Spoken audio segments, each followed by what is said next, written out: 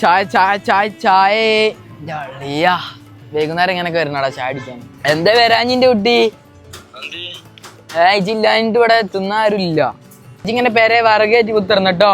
Tuition ഉണ്ടോ?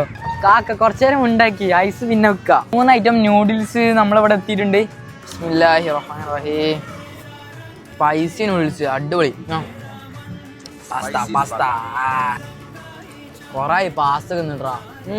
അടിപൊളി.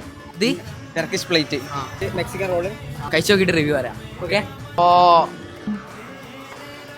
എന്തൊരു ക്വാണ്ടിറ്റി ഉള്ളത്. അടിപൊളി അടിപൊളിയാണ്.